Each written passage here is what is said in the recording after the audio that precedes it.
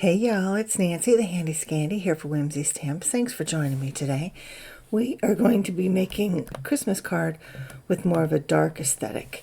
So we will be using the Season's Creepings new stamp set, this paper pad called Chillin' Christmas, as well as the Joy word die. We'll be bringing in some other products as well.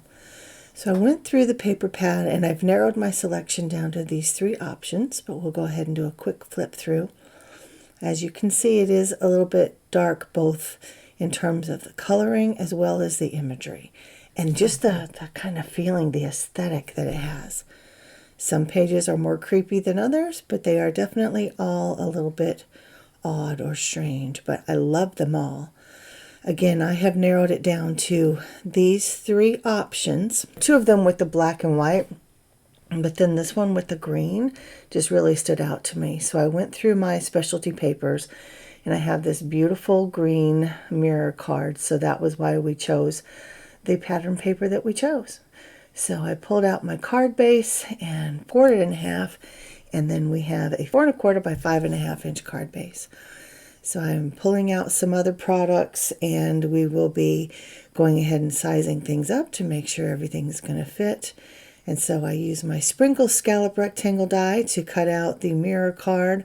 And then I use this antique frames die to cut out the pattern paper, with the knowledge that you are still going to be able to see some of that mirror card underneath and behind the antique frame die. So as I'm looking at it, I realize that there is so much dark that nothing is standing out. So that's why I decided to make this little frame to just kind of create some texture and some separation, and again just some lightness so something else stands out to make the darker images pop. And then I thought, well, let's go ahead and make it into a shaker card. That was not my intent in the beginning. My intent was just to create a frame, which, by the way, I used the second largest and the third largest of these frames, and I kind of just laid them one inside the other, taped them down to the white cardstock, and ran it through the die cutting machine, and that gave me a little frame. When you lay your frames together, you want to make them as equidistant all the way around as possible, which can be the hardest part, to be fair. But I have learned along the way to not be quite so hard on myself, and if it looks okay, it's probably okay. So other people will just leave all of their dies hooked together so that they can get those frames. But then after a while, if you need each frame individually, you have to cut them apart. So with all of that being said, I used a little bit of liquid glue on the back of the frame, and I laid down some acetate and trimmed around the edges so that it fits that frame just perfectly. And now I have my double-sided foam tape folded over on itself so it's double width, and then I've laid it down around the frame, and now I'm coming in with my It's No Secret anti-static powder tool to wipe along those edges and hopefully deactivate some of that sticky around the edges. We want it to be sticky so that it sticks where it needs to, but we don't want all of our shaker bits sticking to the sides of the foam tape. So I come in with my little brush to wipe some of that excess away off of the acetate. Off screen, I also came in with a little bit of a tissue and wiped off some more of the powder residue off of the acetate.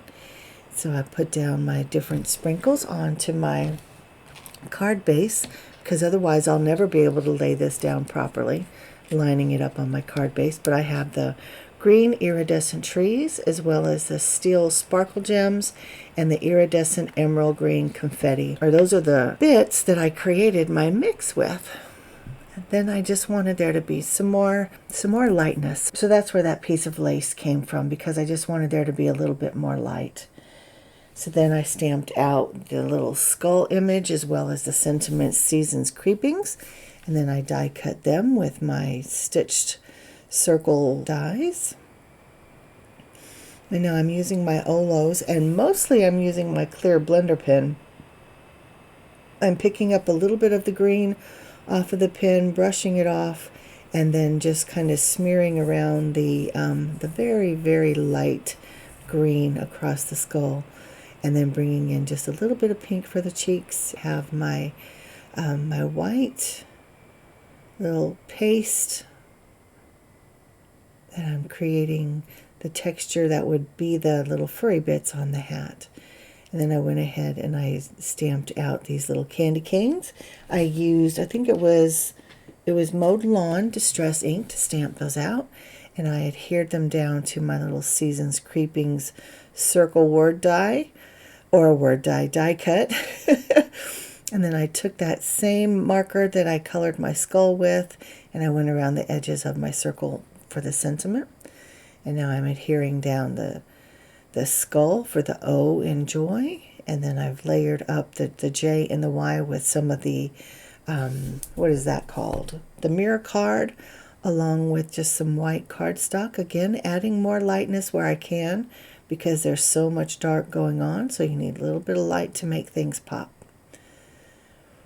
And then on the inside of the card, I rarely do the inside of the card, but I thought let's use some more of this pattern paper. So I layered some of that up on a piece of black cardstock, just cut them at an angle at the end, and then that's where I've layered my sentiment circle, as well as a piece of the mirror card.